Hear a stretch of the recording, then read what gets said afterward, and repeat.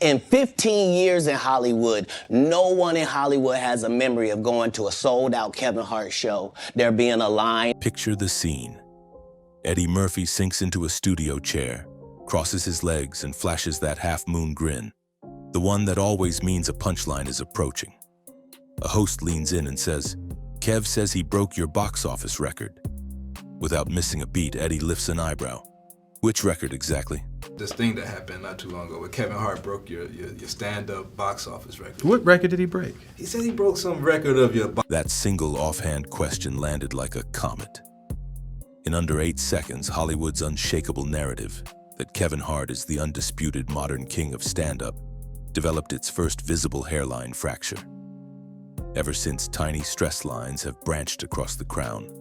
Resurfaced party clips, silent business deals, forgotten promises, and a loud-mouthed rival named Katt Williams, who's been warning anyone who'd listen that the kingdom was built on marketing smoke and corporate mirrors. Eddie hasn't toured since 1989's Raw shattered ticket records, yet that film remains the highest-grossing stand-up concert ever released theatrically.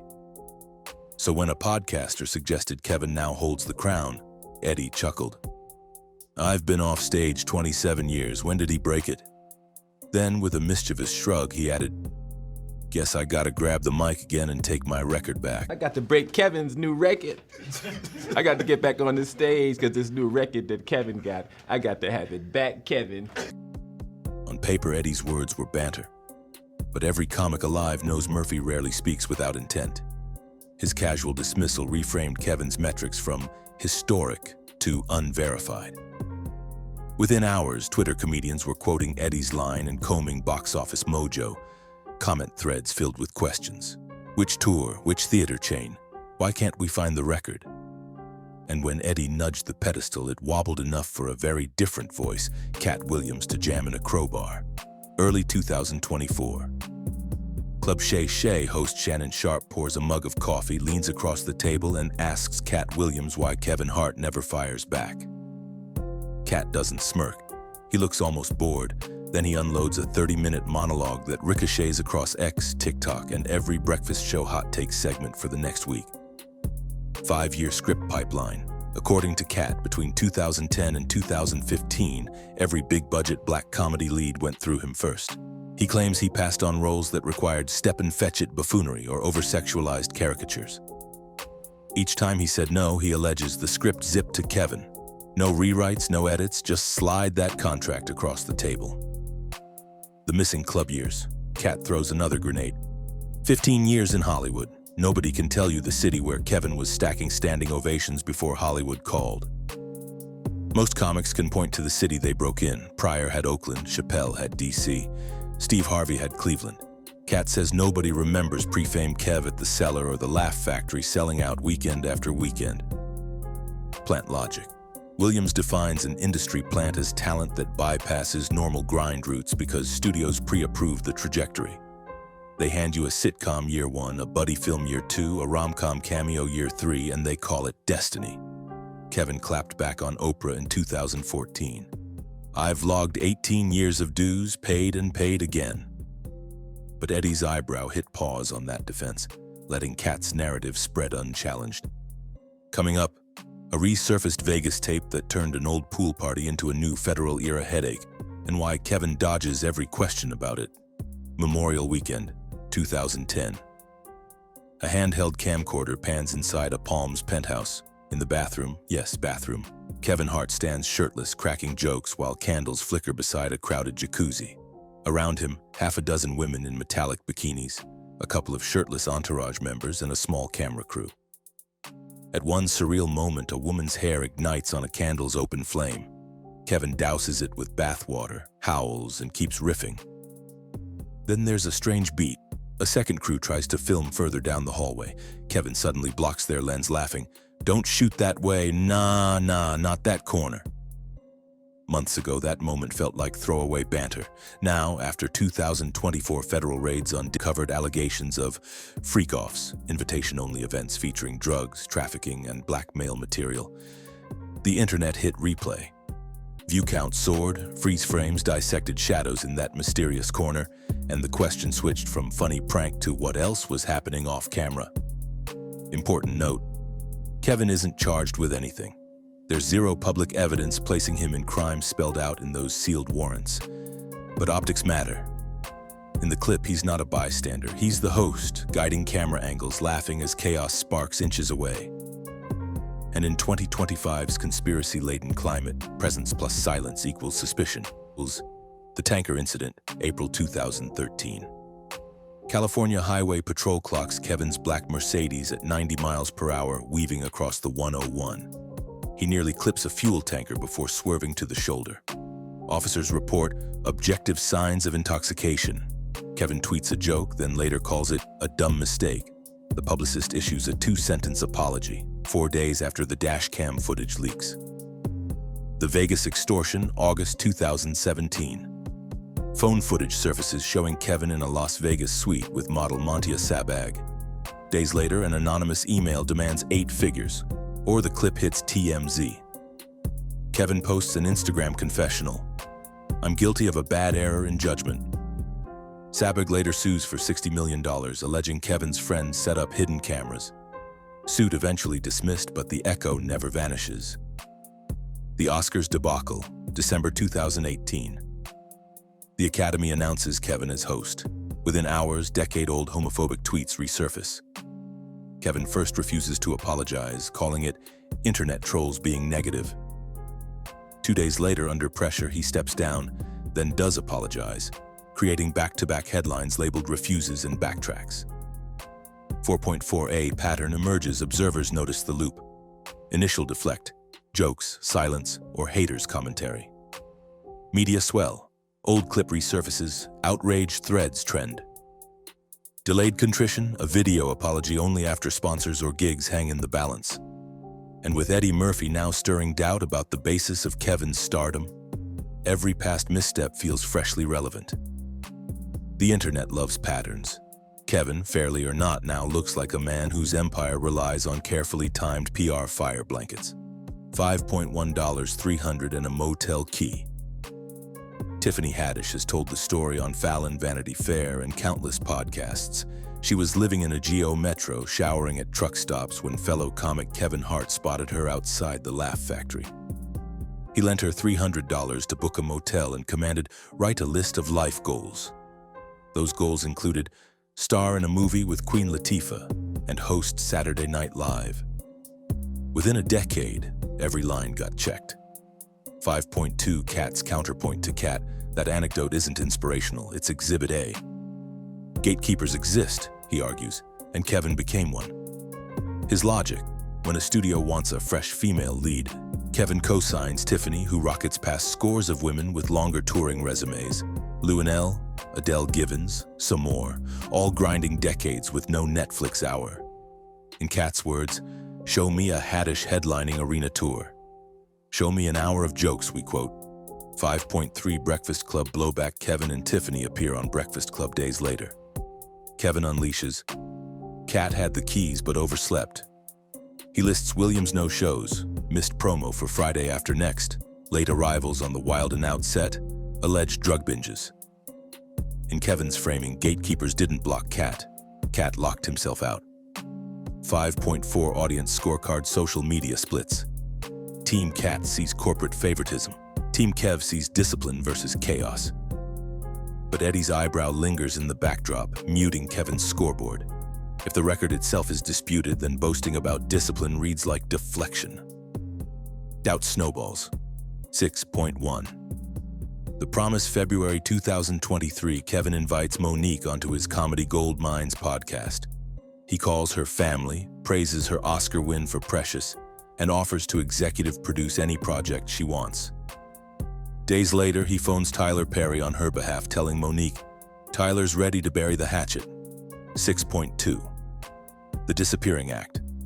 Monique pitches a talk show. Her production company, Endemol, drafts a deck. 2 weeks in, Monique says Endemol calls back in panic. Kevin's manager, Dave Becky, says Hart's name must come off the masthead. Monique texts Kevin, no reply. She calls, voicemail. On Club Shay Shay in March 2025, she says, 2 years, still waiting for Tuesday. Fans flood Twitter with side-by-side screenshots. Oprah hugging Kevin at a Netflix event.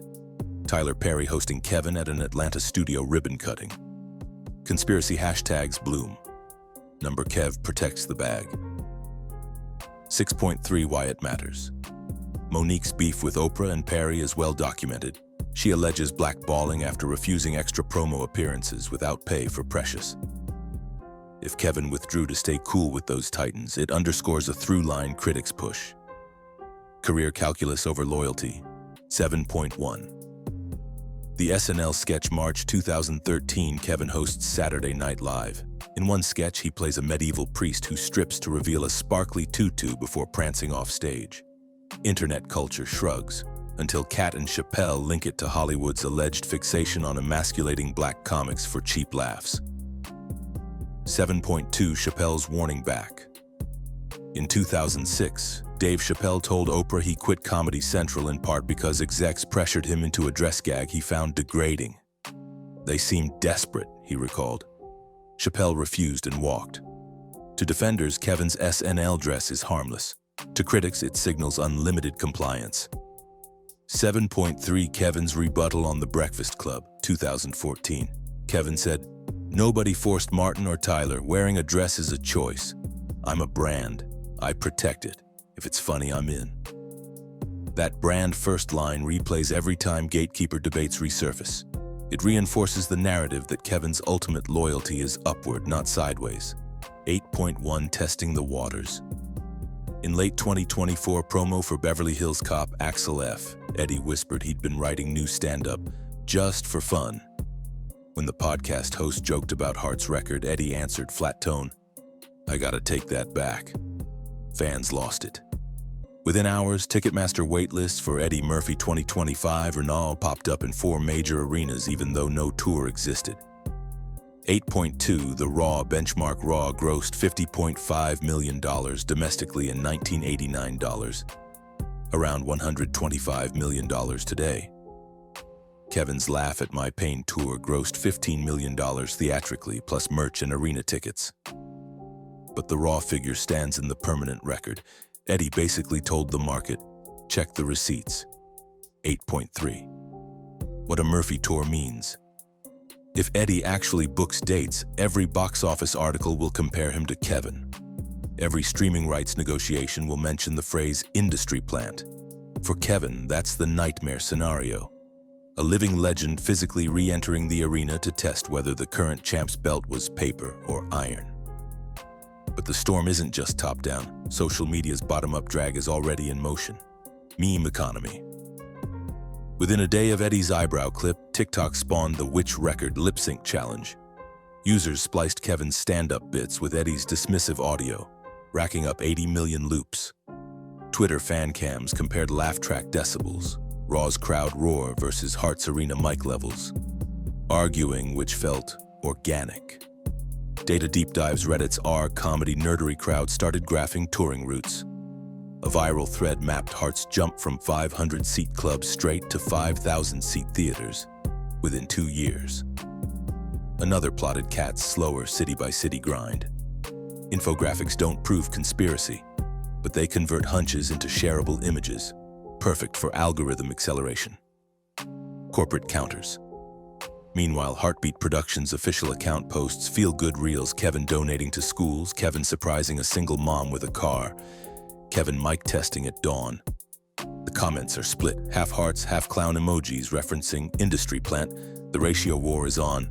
The multiplication problem PR insiders use a grim metric. Negative headline half-life. After a star's scandal, each new project must sell enough tickets or streams to offset Google's first-page scrawl of controversies. If Eddie's eyebrow halves Kevin's box office GOAT keyword prestige, sponsorships recalculate ROI.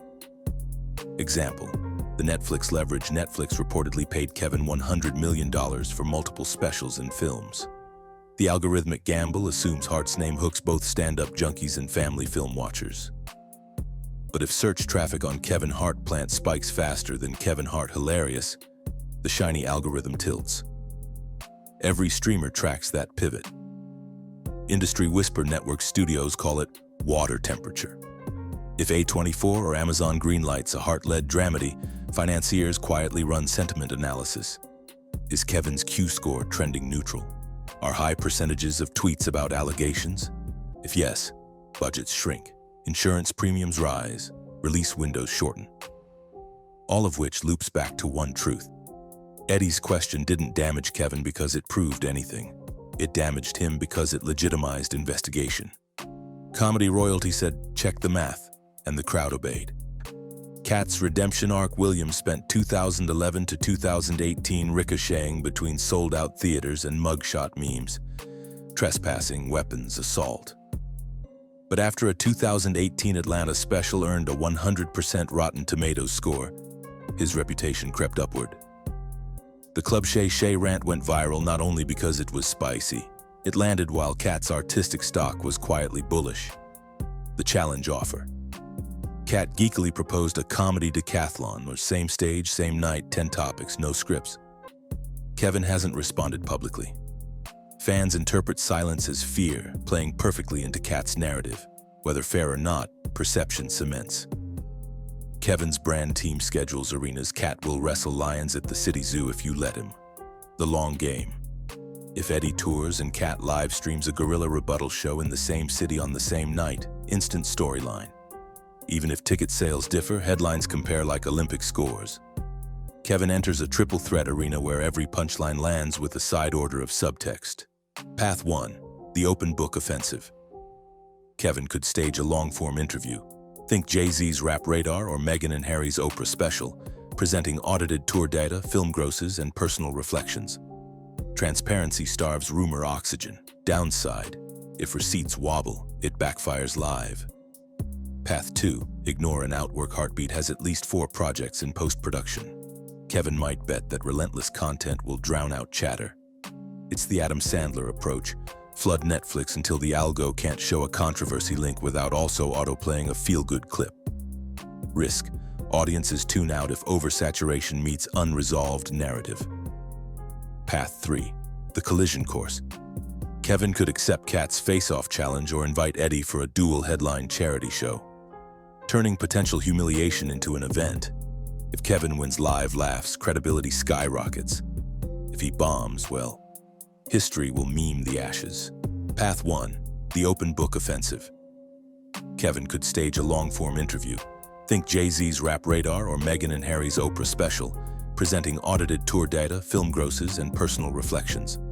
Transparency starves rumor oxygen. Downside, if receipts wobble, it backfires live. Path 2, ignore and outwork. Heartbeat has at least 4 projects in post-production. Kevin might bet that relentless content will drown out chatter. It's the Adam Sandler approach. Flood Netflix until the algo can't show a controversy link without also autoplaying a feel-good clip. Risk, audiences tune out if oversaturation meets unresolved narrative. Path 3, the collision course. Kevin could accept Katt's face-off challenge or invite Eddie for a dual headline charity show, turning potential humiliation into an event. If Kevin wins live laughs, credibility skyrockets. If he bombs, well, history will meme the ashes. Comedy isn't sports. There's no scoreboard at the end of a 48-minute set. Reputation fills that gap, becoming the unofficial trophy. Eddie Murphy's Offhand Which record didn't supply data, it supplied reasonable doubt. Doubt is what short-circuits devotees into detectives. Kevin's body of work, Ride Along, Jumanji, Central Intelligence, 100 City Tours, doesn't vanish. The question is whether that resume can outrun the new search terms chasing it. The coming year could see the industry's hottest feel-good star sitting on a teeter-totter balanced against the legends who once inspired him. If he reclaims narrative, through honesty, through resilience, through a stage war nobody saw coming, Kevin Hart could rewrite the cautionary tale into a bigger comeback story. If he sidesteps and the wobble widens, we may remember that sly smile of Eddie Murphy's the way physicists remember the apple hitting Newton's head as the moment gravity reasserted itself. And there's Katt, outside the palace walls, microphone in one hand, gasoline can in the other, yelling, "I told y'all the pillars were hollow." Whether you see him as truth teller or chaos agent, he isn't going away.